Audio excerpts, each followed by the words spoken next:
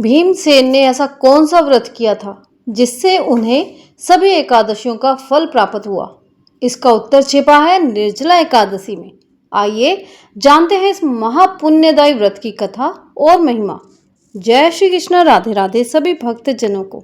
आप सभी का स्वागत है प्रभु शरण भक्ति पर, जहाँ पे आज हम निर्जला एकादशी व्रत कथा का श्रवण करेंगे। निर्जला एकादशी का व्रत 25 जून 2026 को रखा जाएगा। चलिए इस दिव्य कथा का श्रवण करते हैं। भीमसेन व्यास जी से कहने लगे कि हे पितामह, भ्राता युधिष्ठिर, माता कुंती, द्रौपदी, अर्जुन, नकुल और सहदेव आदि सब एकादशी का व्रत करने को कहते हैं, परंतु महाराज मैं उनसे कहता हूँ कि भाई, मैं भगवान की शक्ति, पूजा आदि तो कर सकता हूँ, दान भी दे सकता हूँ, परंतु भोजन के बिना नहीं रह सकता। इस पर व्यास जी कहने लगे कि हे भीमसेन, यदि तुम नरक को बुरा और स्वर्ग को अच्छा समझते हो तो प्रति मास की दोनों एकादशियों को अन्न मत खाया करो। भीम कहने लगे कि हे पितामह, मैं तो पहले ही कह चुका हूं कि मैं भूख सहन नहीं कर सकता। यदि वर्ष भर में कोई एक ही व्रत हो तो वह मैं रख सकता हूँ, क्योंकि मेरे पेट में वृक नाम वाली अग्नि है, सो मैं भोजन किए बिना नहीं रह सकता। भोजन करने से वह शांत रहती है, इसलिए पूरा उपवास तो क्या, एक समय भी बिना भोजन के रहना कठिन है। अतः आप मुझको कोई ऐसा व्रत बताइए जो वर्ष में केवल एक बार ही करना पड़े और मुझको स्वर्ग की प्राप्ति हो जाए। श्री व्यास जी कहने लगे कि हे पुत्र, बड़े बड़े ऋषियों ने बहुत शास्त्र आदि बनाए हैं, जिनसे बिना धन के थोड़े परिश्रम से ही स्वर्ग की प्राप्ति हो सकती है। इसी प्रकार शास्त्रों में दोनों पक्षों की एकादशी का व्रत मुक्ति के लिए लिखा है। श्री व्यास जी के वचन सुनकर भीमसेन नरक में जाने के भय से भयभीत हो गए और कांपकर कहने लगे कि अब क्या करूं? मास में 2 व्रत तो मैं कर नहीं सकता। हाँ, वर्ष में एक व्रत करने का प्रयत्न अवश्य कर सकता हूं। अतः वर्ष में एक दिन व्रत करने से यदि मेरी मुक्ति हो जाए तो ऐसा कोई व्रत बतलाइए। ये सुनकर व्यास जी कहने लगे कि वृष और मिथुन की संक्रांति के बीच ज्येष्ठ के शुक्ल पक्ष की जो एकादशी आती है, उस एकादशी का नाम निर्जला है। तुम उस एकादशी का व्रत करो। इस एकादशी के व्रत में स्नान और आचमन के सिवा जल वर्जित है। आचमन में 6 मासे के अधिक जल नहीं होना चाहिए, अन्यथा वह मद्यपान के सदृश हो जाता है। इस दिन भोजन नहीं करना चाहिए, क्योंकि भोजन करने से व्रत नष्ट हो जाता है।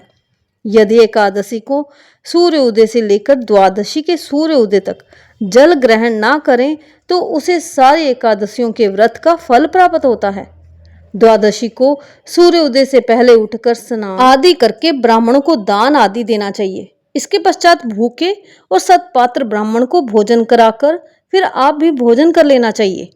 इसका फल 1 वर्ष की संपूर्ण एकादशियों के फल के बराबर होता है। व्यास जी कहने लगे कि हे भीमसेन, ये मुझको स्वयं भगवान ने बतलाया है। इस एकादशी का पुण्य समस्त तीर्थों और दानों से अधिक है। केवल एक दिन मनुष्य निर्जल रहने से पापों से मुक्त हो जाता है।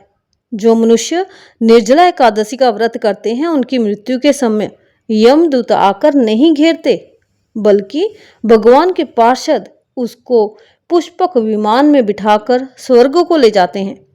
अतः संसार में सबसे श्रेष्ठ निर्जला एकादशी का व्रत है, इसलिए यत्न के साथ इस व्रत को करना चाहिए। उस दिन ओम नमो भगवते वासुदेवाय इस मंत्र का उच्चारण करना चाहिए और गो का दान भी करना चाहिए। इस प्रकार व्यास जी की आज्ञा अनुसार भीमसेन ने इस व्रत को किया। इसीलिए इस एकादशी को भीमसेनी या पांडव एकादशी भी कहते हैं। निर्जला व्रत करने से पूर्ण भगवान का पूजन करके ये प्रार्थना करें कि हे भगवान, आज मैं निर्जला व्रत करता हूँ, दूसरे दिन भोजन करूँगा। मैं इस व्रत को श्रद्धा पूर्वक करूँगा, अतः आपकी कृपा से मेरे सब पाप नष्ट हो जाएं। इस दिन जल से भरा हुआ एक घड़ा वस्त्र से ढककर स्वर्ण सहित दान करना चाहिए। जो मनुष्य इस व्रत को करते हैं, उनको करोड़ पल्स होने के दान का फल मिलता है। और जो इस दिन यज्ञ आदि करते हैं उनका फल तो वर्णन ही नहीं किया जा सकता। इस एकादशी के व्रत से मनुष्य विष्णु लोक को प्राप्त होता है। जो मनुष्य इस दिन अन्न खाते हैं वह चांडाल के समान है, वे अंत में नरक में जाते हैं। जिसने निर्जला एकादशी का व्रत किया है वह चाहे ब्रह्म हत्यारे हों, मद्यपान करते हों, चोरी करते हों या गुरु के साथ द्वेष करने वाले हों, मगर इस व्रत के करने से सब स्वर्ग में जाते हैं। हे कुंती पुत्र, जो पुरुष या स्त्री श्रद्धा पूर्वक इस व्रत को करते हैं उनको अग्रलिखित कर्म करना चाहिए। प्रथम भगवान का पूजन, फिर गोदान, ब्राह्मणों को मिष्ठान व दक्षिणा देनी चाहिए तथा जल से भरे कलश का दान अवश्य करें। निर्जला के दिन अन्न, वस्त्र, जूते आदि का दान भी करना चाहिए। जो मनुष्य भक्ति पूर्वक इस कथा को पढ़ते या सुनते हैं उनको निश्चय ही स्वर्ग की प्राप्ति होती है। यदि आपको ये जानकारी अच्छी लगी हो तो वीडियो को लाइक और शेयर करें। भगवान विष्णु की कृपा प्राप्त करने के लिए कमेंट में ओम नमो भगवते वासुदेवाय अवश्य लिखें। भगवान श्री हरि विष्णु की कृपा से आपके जीवन में सुख, शांति और समृद्धि बनी रहे। इसी मंगल कामना के साथ जय श्री हरि, जय श्री राधे।